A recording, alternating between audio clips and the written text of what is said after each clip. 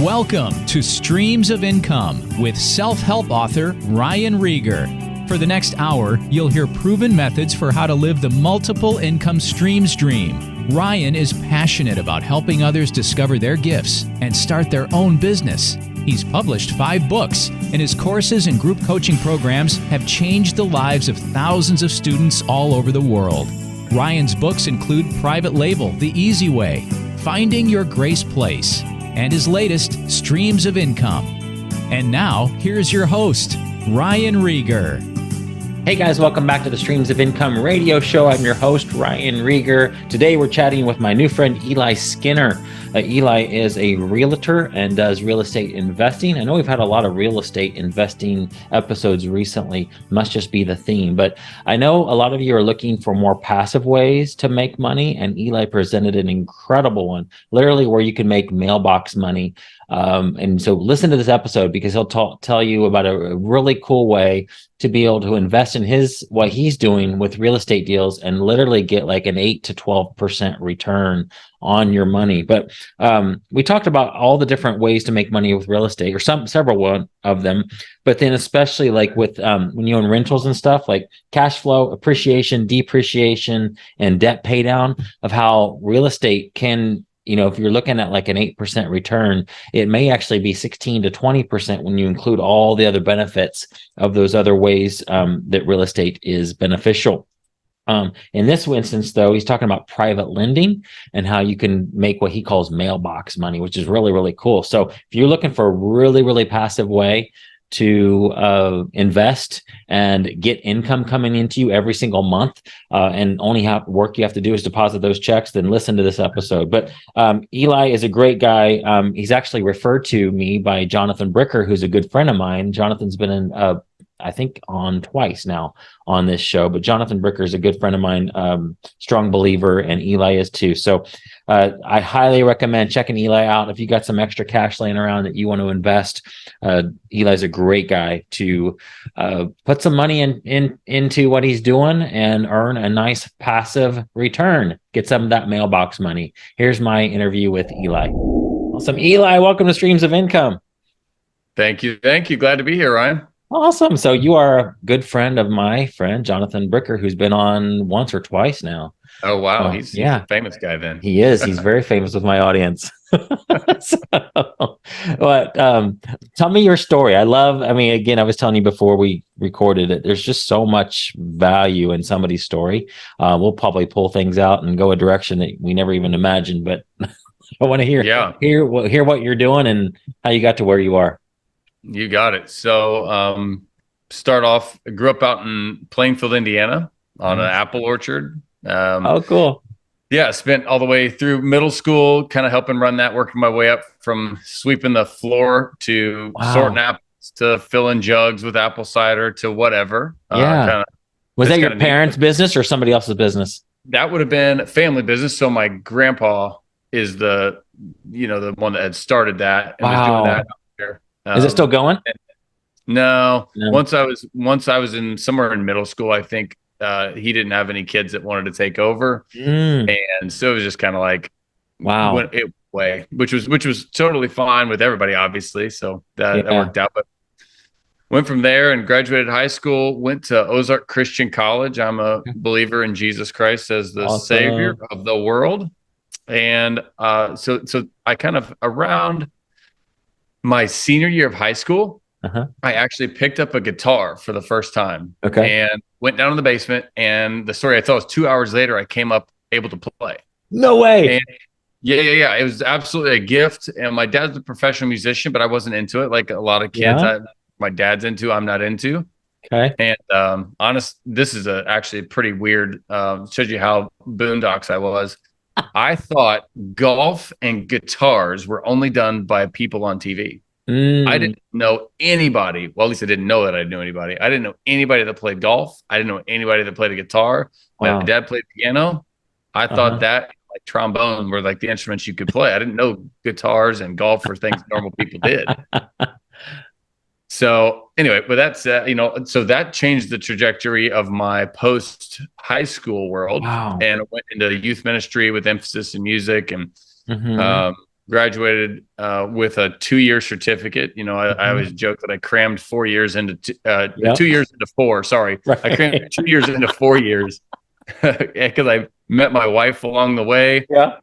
Got married at 20 years old. Oh my gosh. Did get out of there, got one of the, greatest jobs I could have asked for at the time, which was a full-time youth ministry worship leader. There's only a few of those. Was that in Indiana or Missouri? That one, fortunately, was in that job was here in Greenwood, where I live on the south side of Indy now. Okay.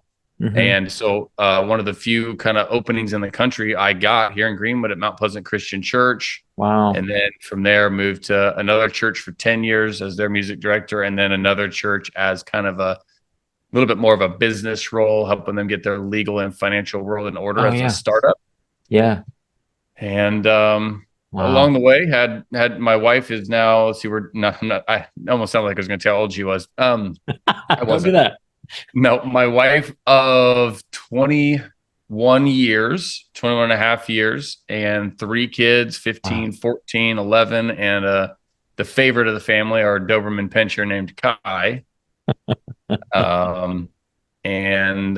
So anyway, that's kind of a real quick synopsis. Yeah. But what's real interesting and what I think, you and I are connecting on today, started in 2010. I was working at a church and I had bought my first rental house. Basically, I was in a house 2008, 9, 10. So 2005, I bought a house. 2010, I wake up scared like the rest of the world. I don't know anything about business. I don't know anything about houses. I just was freaked out. And I mean, I have people around me much smarter than me, but I'm at that point in time pretty young and I'm an idiot. And I'm like, we need to sell our house. And the whole world's coming to an end. And it wasn't even impacting me. I still had my job. I could easily afford my low payment because, following God's and grandma's rules of money, as Dave Ramsey says.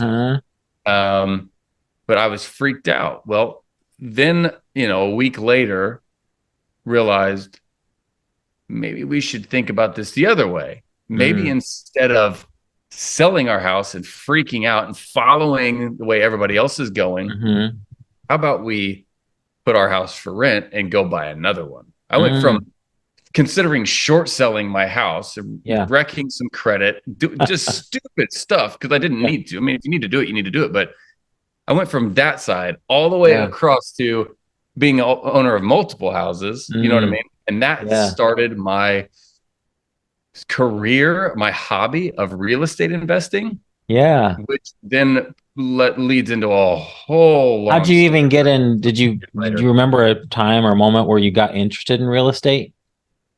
No. I have zero interest in real estate. I think it became a passion. Like it was, it's something I didn't even, back to guitar and golf. I had no idea that was something to do. Okay. Like I knew the concept of a real estate agent. Right? We had a real estate agent help us when we built our Beezer house for $106,000 in 2005. Right. Yeah. And they were awesome. But I didn't think that was something. I mean, it never crossed my mind, but for whatever reason, probably influences some smarter people. I mean, that's typically how my brain ends up getting influenced, decisions are made. But I was like, let's put our house for rent and buy the next one. Again, we had spent 8 years saving up $10,000 because we didn't make much money working at church. And I mean, again, we're talking 13 years ago. So I was making, I don't know, $25,000 a year maybe. And my wife was working some job for $10 an hour, I would imagine. And we saved $150 a month for our car fund. Well, we spent the car fund on a house.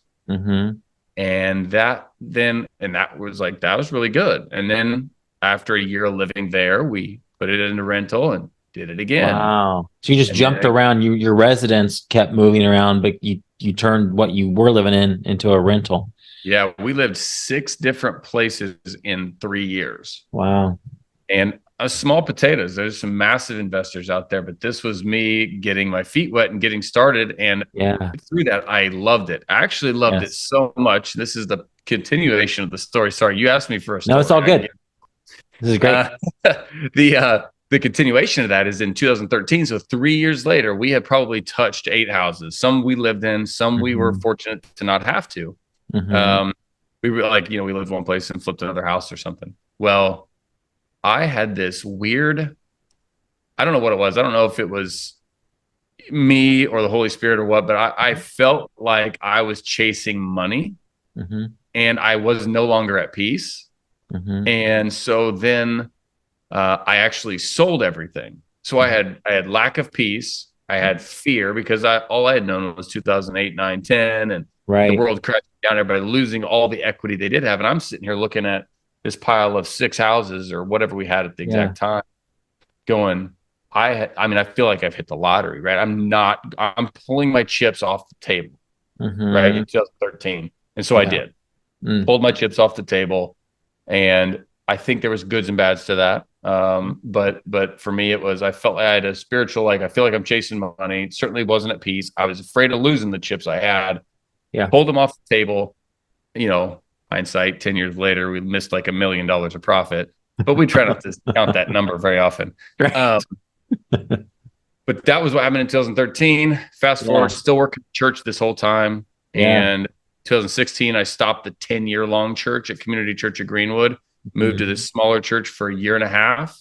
When that's done, so we're in 2018, the spring of 2018, 5.5 years ago, that's when I felt I knew that job was going to end. My role there was done. It was evident that I didn't want to work at church anymore. That's all I knew. I sat in my quiet time chair, praying, thinking, reading, and the words came to my head again, whether it was my creativity or the Holy Spirit, a little bit of both. It was, I'm asking the question, how am I built? Like, what am I good for? Like, as far as to the world or my purpose, or how we all know what well, we don't all, but I feel like I know what my generalized purpose is.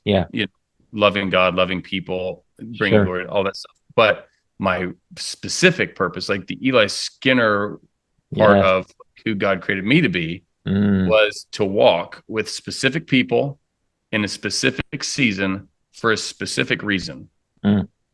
That was in a moment. After weeks of sitting there with nothing, that's what came to my head. And then the question became, okay, well, now what does that then materialize into? And I thought maybe that's real estate. And I ran it by some brighter, smarter, more spiritually competent folks than I, and they agreed with me. They said, I think you're on the right path. That doesn't sound off the wall to me. I said, okay, great. So that job ended beautifully. Everything went well, and I continued to help and do music for them for 6 months, even out in my absence as a paid guy. They gave me a little bit of a stipend, as I left for doing that, and stayed on, tried to help them transition, but started the real estate agent, what everybody thinks of, the realtor, right? The real estate agent. And then so you had to go take a class and take a test and all that, right? You do. What's funny is I had taken mine. See, this is the way my brain goes. 2010, once I realized I learned enough about real estate to realize my agent was getting paid really well, and I'll tell you later, but I've apologized since. I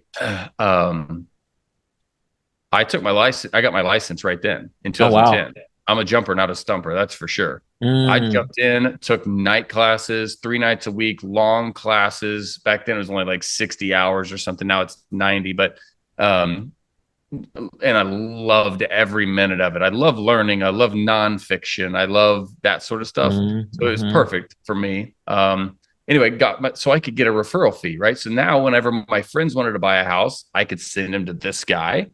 And this guy would pay me because I'm licensed, legally allowed to accept compensation for a real estate transaction through a broker. I could get paid $1,000 when my friends bought a house. That's awesome. And I could get a little cheaper stuff when I was doing it.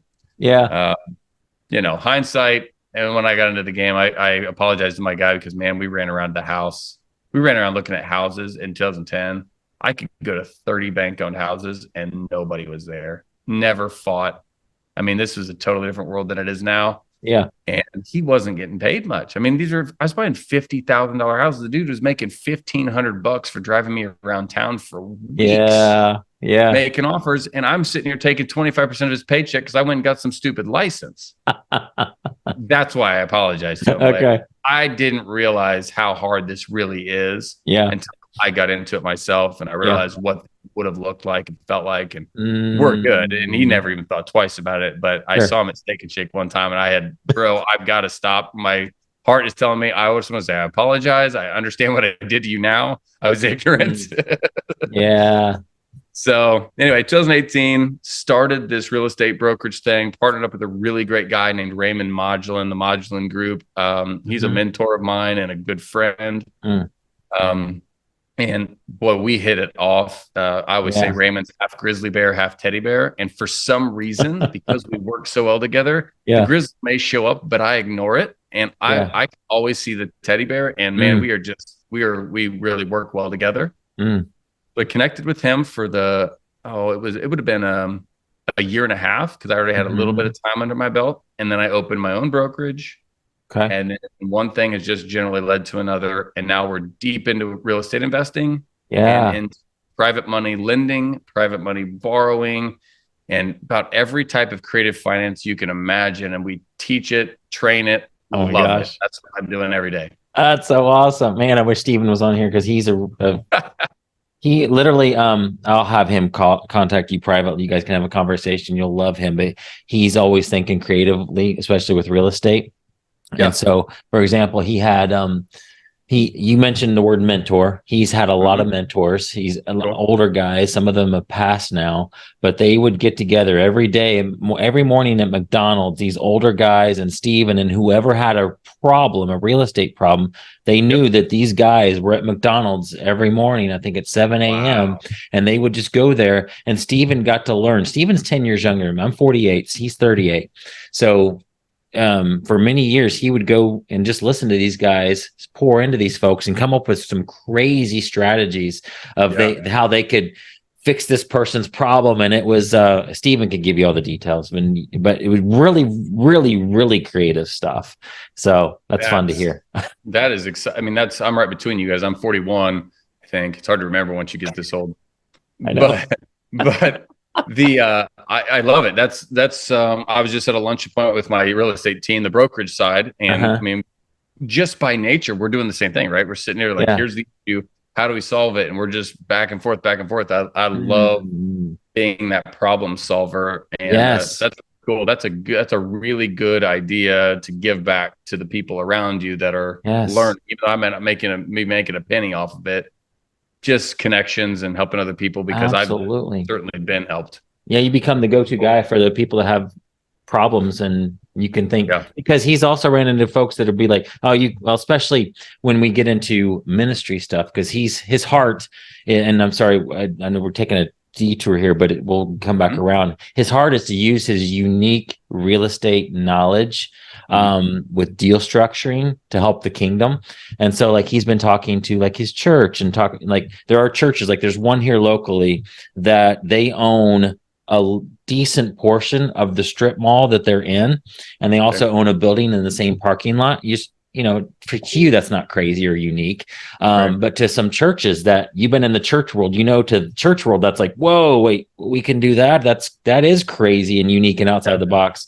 And so he wants to take that knowledge and help other churches earn income in other ways than just being dependent on tithes and offerings. Sure. So I need to definitely connect you two. That's fun, man. That's it. I think that's where this conversation launched when we talked on the phone. Yes. We got connected, was this passive income, private lending.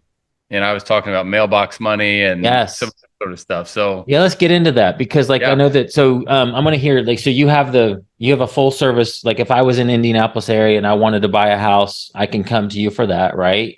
You got it. Yes, sir. But I know that, and so that's obviously, if there's anybody in the area need a realtor, find Eli. I'll put make sure I have your information, and I'll put in the show notes if anybody wants to connect with you. But the real reason we're talking is, because I want to hear about the way, because we on this show we talk about different streams of income.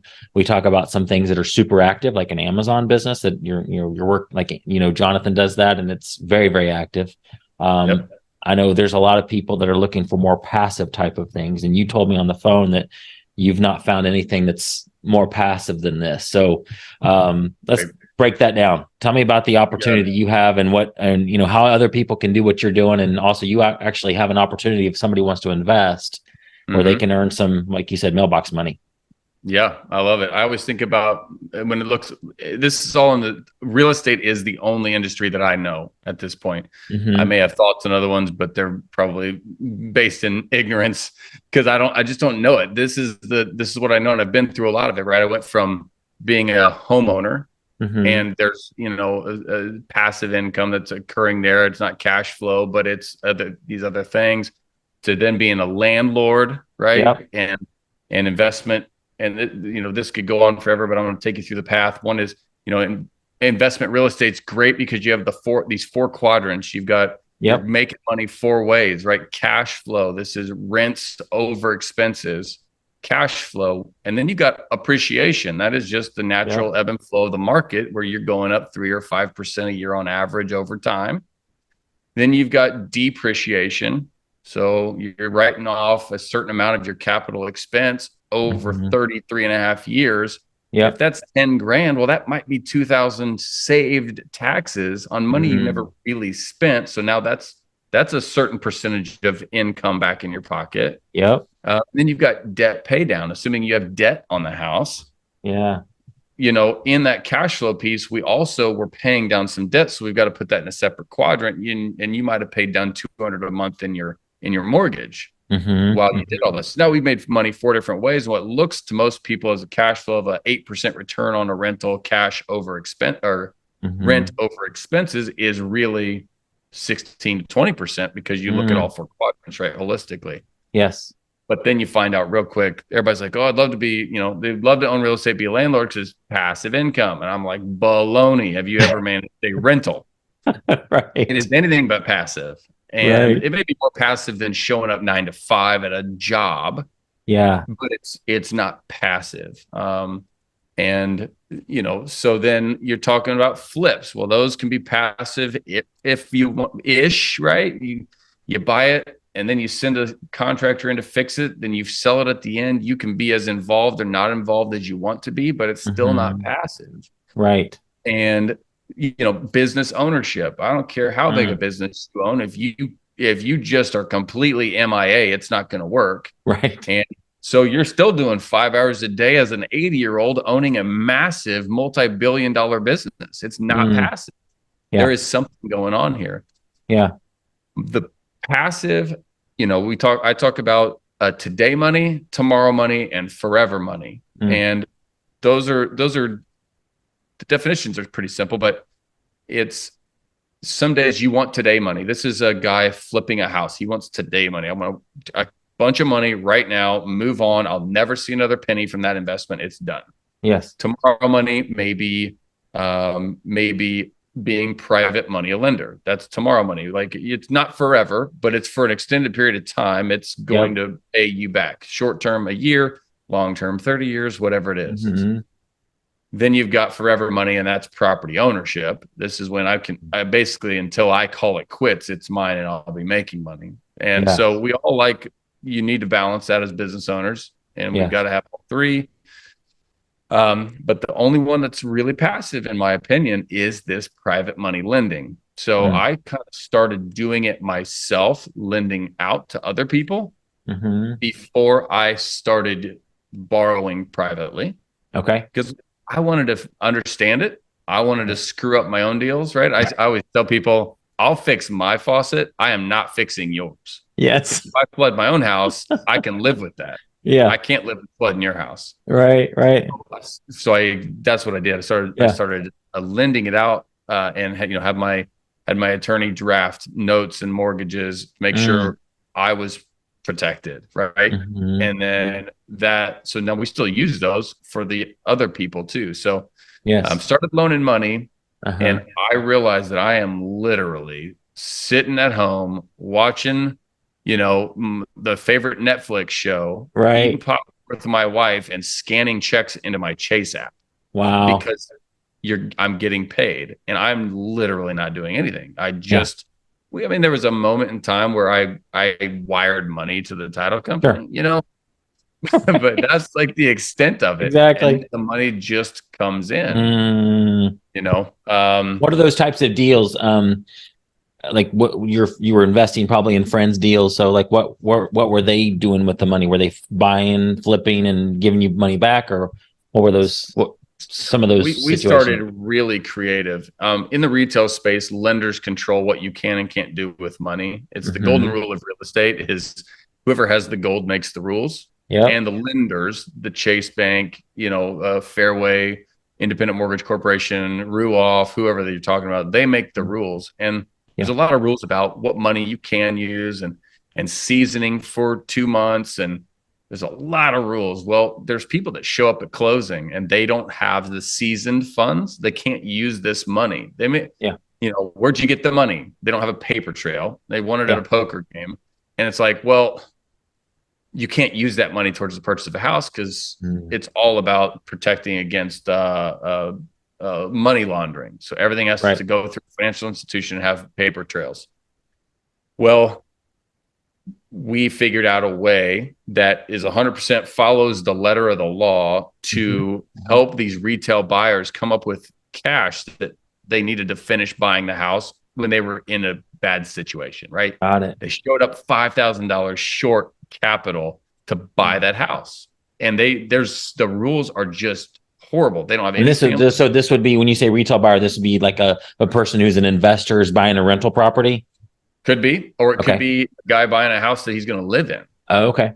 Just anybody. They're showing up. They're short. This is just one way we did it. Short $5,000, so no big numbers right away.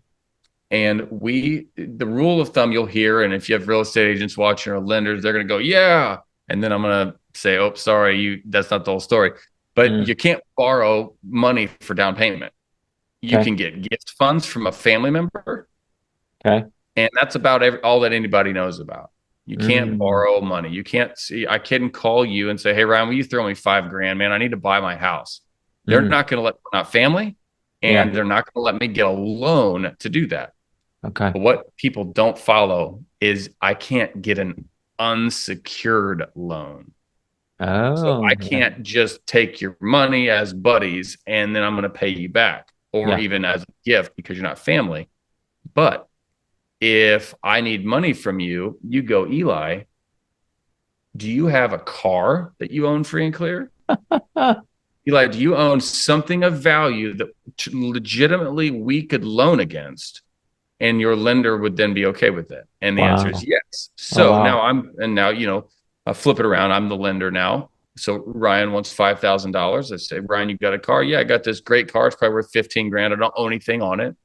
Perfect. Title loan. Bam. $5,000. And then once you close on the house, you've got the money in the bank. You just weren't allowed to use it, remember? Yeah. That's the whole point. It's not seasoned. It doesn't have a paper trail, whatever. And then, so title loan on the car, that's a completely valid note. The bank goes, okay, great. That makes sense why this new 5,000 just showed up in your bank account, Ryan. Yeah. And then, then you give me 5.5 after you close. Wow. So you literally are only out that money for a few days, right? Yep. That's called transactional lending. It's huge in the investment space. Wow. But in that creative craziness of my brain, I'm trying to figure out some other ways to do that. Well, that's easy, right? That's $5,000. Yes. And so then it gets bigger. Then you got somebody that wants to do a remodel on a house, and they already own the house. Yep. And then I'm going to do a note and mortgage and loan them $50,000 to flip it.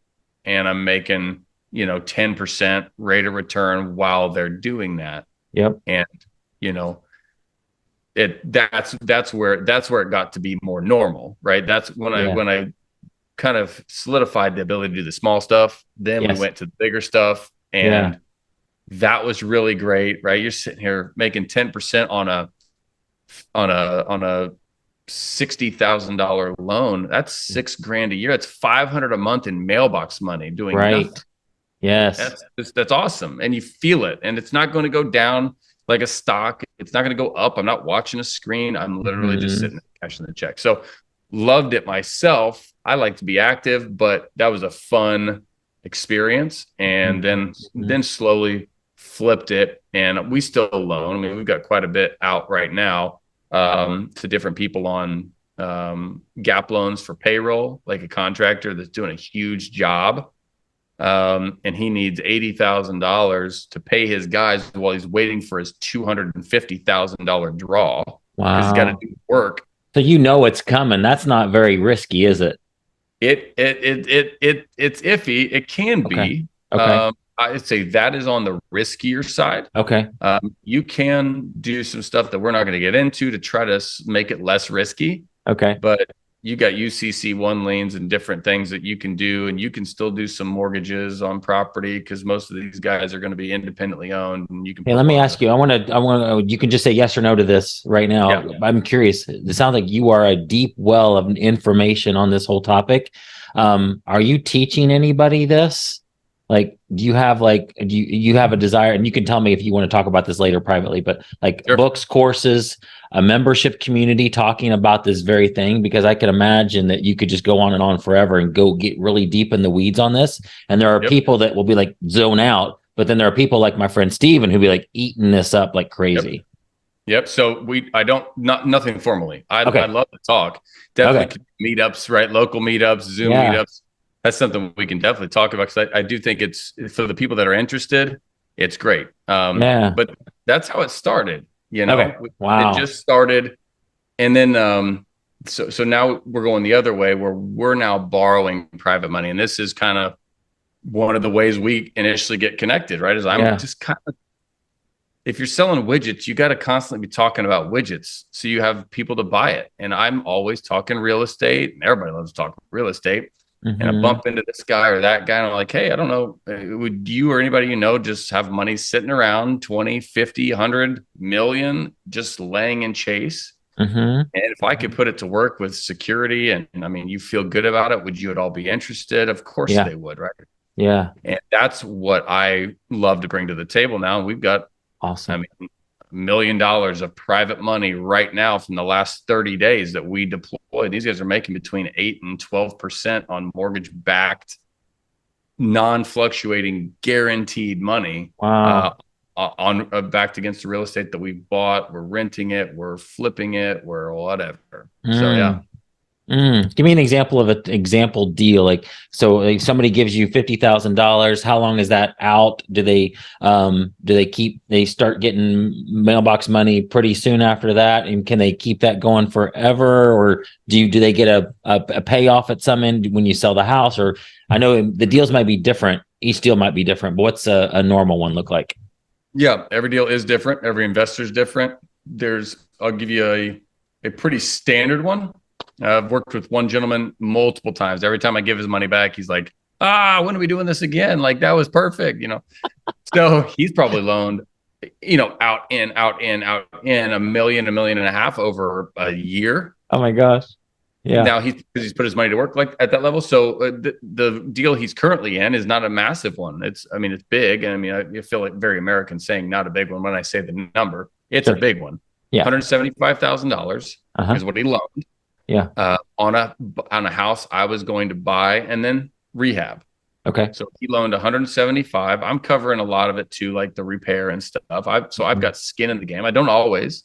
Some people will loan 100% because they want more money out. They want a little higher interest rate, right? Risk and interest rate do this together. Right. I guess do this together. Interest rate goes up when risk goes up.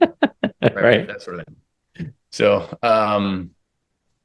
so he loans $175,000. We buy the house. He's got title insurance as a lender. I've got it on as the mortgagee clause on my insurance. I mean, he is fully protected.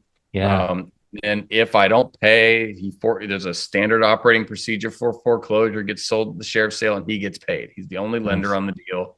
He is comfortable. And I'm buying it well. I'm not an idiot. I'm not overpaying for a house, so he's upside down.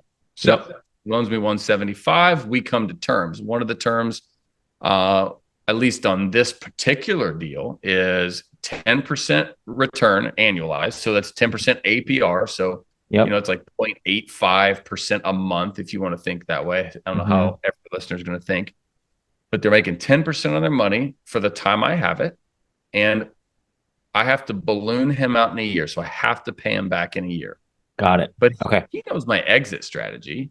He knows it's really going to be like 4 months for the flip and sale.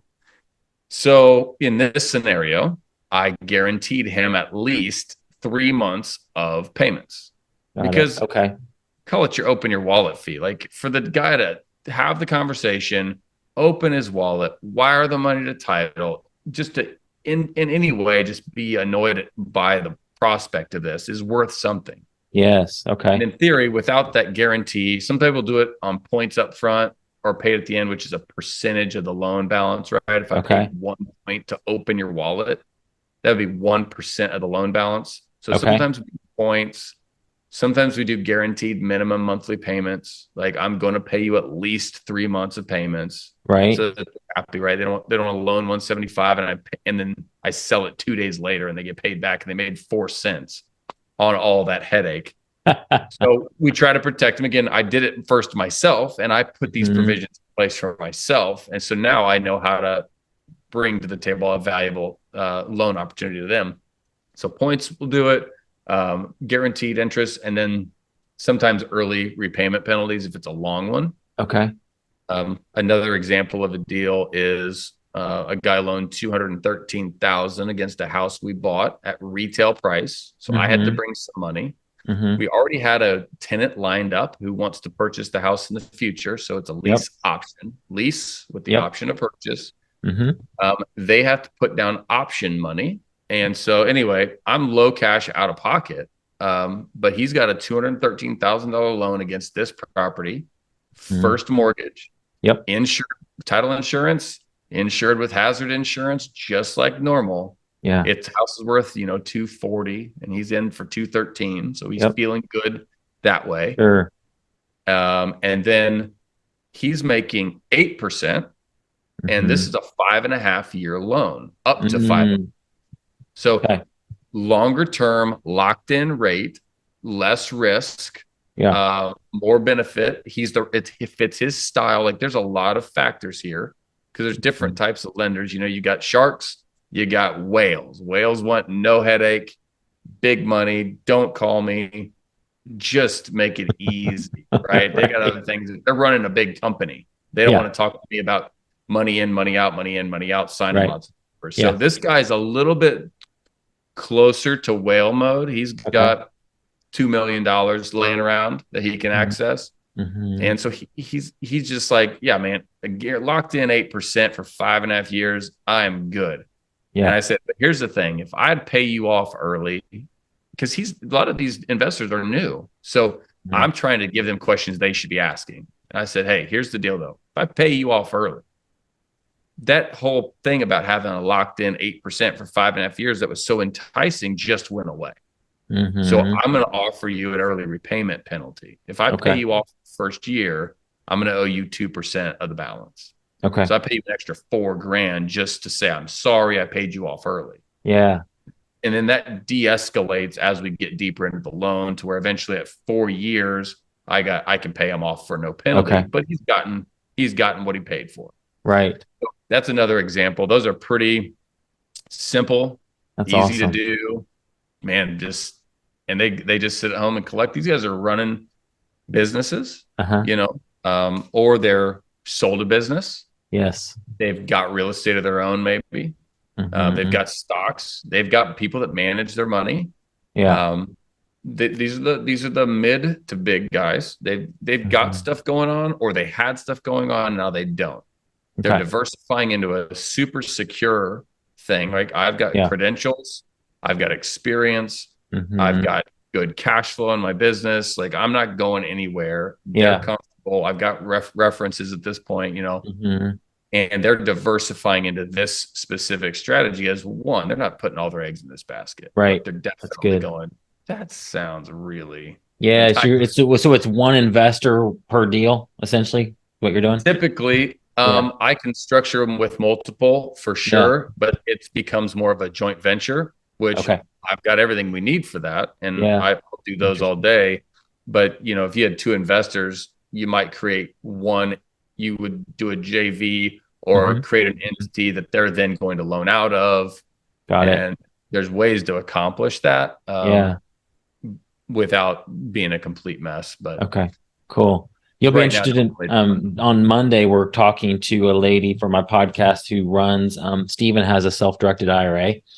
And so he knows there's a bunch of guys that have self-directed IRAs that have money just sitting there doing nothing for them. Yes. And so we're talking to her like, is there any way to essentially, and you may already know the answer to this, like, can you could we somehow create this would just be a side question for her. Like he said that they have like monthly meetups where this company that she works for hosts their clients to give them opportunity. I don't know if it's to give them opportunities to meet people or investment opportunity. I'm not sure what it is, but he was thinking like, could there be a marketplace essentially to where if I had a self-directed IRA, I could like look at that and see, ooh, that's a cool opportunity. Eli Skinner has a house he's wanting investment money for, and like could you match up these people who have self-directed IRAs and not doing anything with the money with people like you who need that money and could put it to work for them? So the answer is absolutely. I have one. I loan out of it. I buy houses out of it. I rent houses out of it and arbitrage them to other renters. Okay. I mean, I've done a lot of things with mine. I love it. I'm always going, they'll be like, oh, I got a bunch of money in my 401k. I'm like, next time you get a chance and your company does a thing where you can now pull it out, get into a self-directed IRA so you can invest in the things you want to invest in that may be different than just a mutual fund. Yes. Because those self-directed IRAs, they're not exactly, at least the one I'm a part of is very difficult to difficult, Robert. It's not as clean as a TD Ameritrade for buying stocks and stuff. It's a little more funky normally. But man, loaning money is a breeze out of it. Buying property is a breeze. There's borrowing money can be a little bit of a headache, but loaning out of them, gosh, you're making 8 to 12% tax free now. Yeah. That is gold. Yeah. So do you know in your mind, and this may be a question for off the podcast because it's going a little bit deeper, but quite like with the company you're with, like, do they ever tell you opportunities like that? Like, could you ever see a scenario where they emailed all of their clients, including you, and say, hey, here's a list of investment opportunities, and you're like included, your company's included on that, to where then if I'm also a fellow client, I could look at that. Ooh, that's interesting. I know I've got 500,000 sitting here doing nothing. I'll give Eli 100 of it. Yep. So the company I'm with I haven't seen that email. I also may not have signed up for that email. So I don't know. Okay. You know what I mean? Yeah. I don't know what they're really doing. They do send out stuff all the time to talk about what you can be doing and how to learn about what you could be doing. And there's a lot of people that don't know the depths of what they can do. But access to capital is huge. You have guys that have stocks that are down. They're scared to sell them. Like, oh, man, we can get in and out of this deal in 6 months. Like while your stock's down, you can buy back in unless it skyrockets over the next 6 months. But now you're just sitting in this waiting mode, waiting for the economy to kind of do this with your stock market price. And maybe we can get in and out of a deal or two with that same money. And then you come back, buy back in at your dinky $3 a share and then wait for it to go up to $8 or whatever it is. Okay. So access to capital, IRAs, or self-directed IRAs are gold. And I use one called Equity Trust Company. Super common one. I feel like I see that more than I see any other one. I'm not sure I've seen another one for a long time in any of our deals. So that's a common one, and that's a great access to capital. And then stocks, then liquid cash, and then what other is then lines of credit. Those are the 4 places I see people drawing from. So if the audience is going, well, where do I get my money? You've likely got money somewhere. You just have to figure it out, right? Okay. You own your primary residence. you know, you have $300,000 equity. Well, that's a bank account.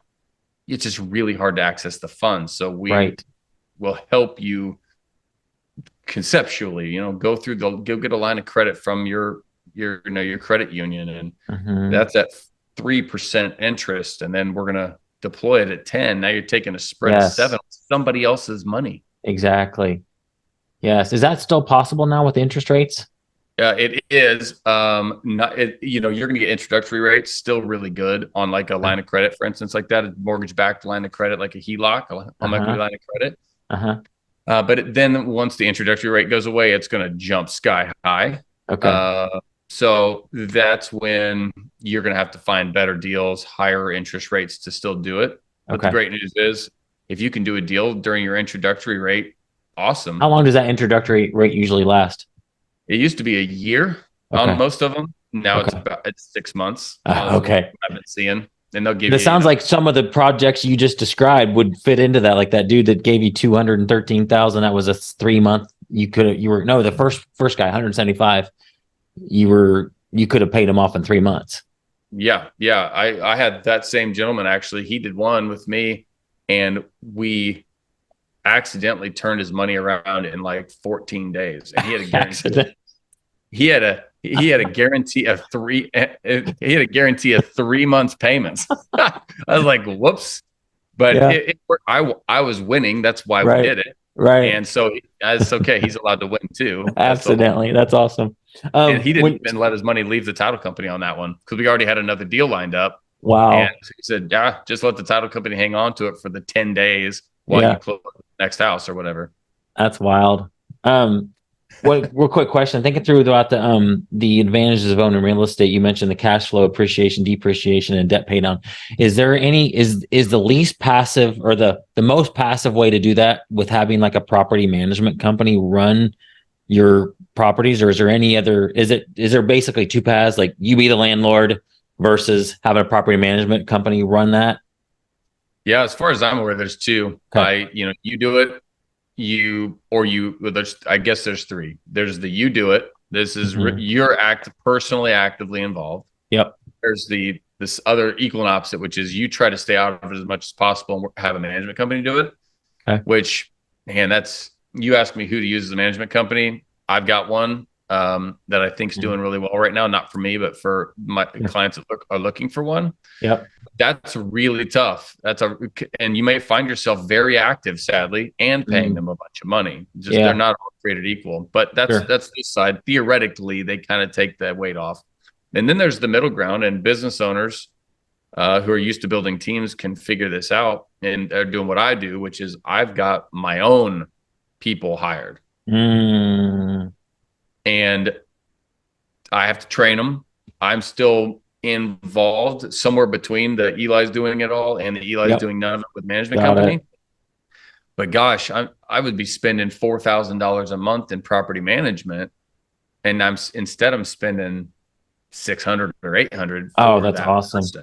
Okay. And that's not even going, that's local stuff. I mean, I could probably go. And then you get all the benefits, all those 4 quadrants of benefits. Yeah, you get bigger, like your cash flow is the one that doesn't take the hit now. That cash flow quadrant is righted because, average is going to be 10 to 15% all in. Beautiful. And those people that use management are going to go, oh, that's actually way too high, Eli. Yeah. By the time they do leasing fees, by the time they take 8 to 10% on the monthly rent received, releasing fees, and they mark up their repair bills. I don't care if they're quoting you 8% of your rent rates per month. By the time they charge you a month to put somebody in it, I mean, that blows that 8% out of the water real fast. Okay. So you're looking more like 10 to 15% on the that makes sense. Which kills your cash flow, and it limits the deals you can do. Okay.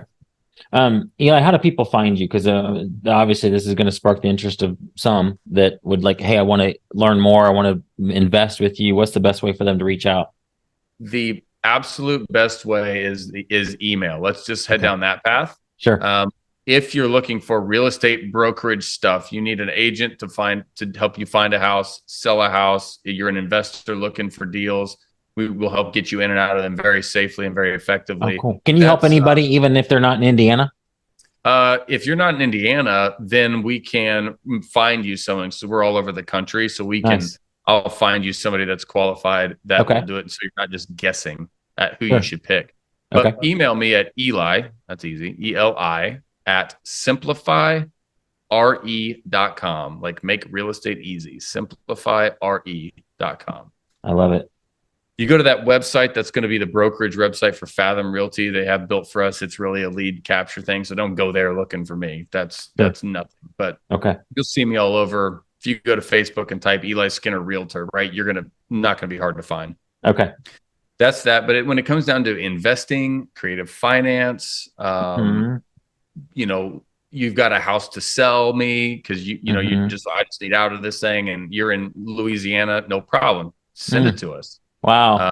And that is going to be, this is the new email address. This one is modern, REIG @gmail.com. Modern as in not old school. Modern, REIG @gmail.com. And that's the email we use to communicate about that side of things. Got it. Awesome.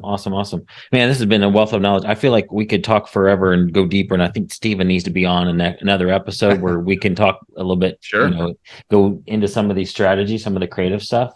It gets deep for sure. The key is, I mean, for the listeners, I mean, as we talked about, just this passive income creation. Yeah. Just knowing that this is a thing and it is scary. Like anything, you've got to do your own due diligence. Sure. But I'm gonna help you figure out your personality, your risk tolerance. Do you want to be involved, or do you want to be like Eli, just spend my money and cover the paperwork? And it's, it's all catered. We're all friends. We figure this out together. It's just not the scary beast that most people think it is. Yeah. It's big to start. Like it was hard for me to get going.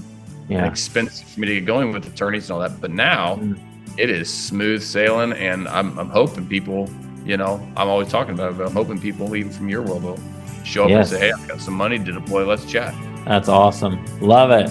Well, thanks for being on with me, man. I appreciate it very much. My pleasure. This is fun. You've been listening to Streams of Income with self-help author Ryan Rieger. From right here in the Dallas Metroplex, Ryan teaches several entrepreneurial courses and group coaching programs to students all over the world. Be sure to listen next week at the same time for Streams of Income with Ryan Rieger.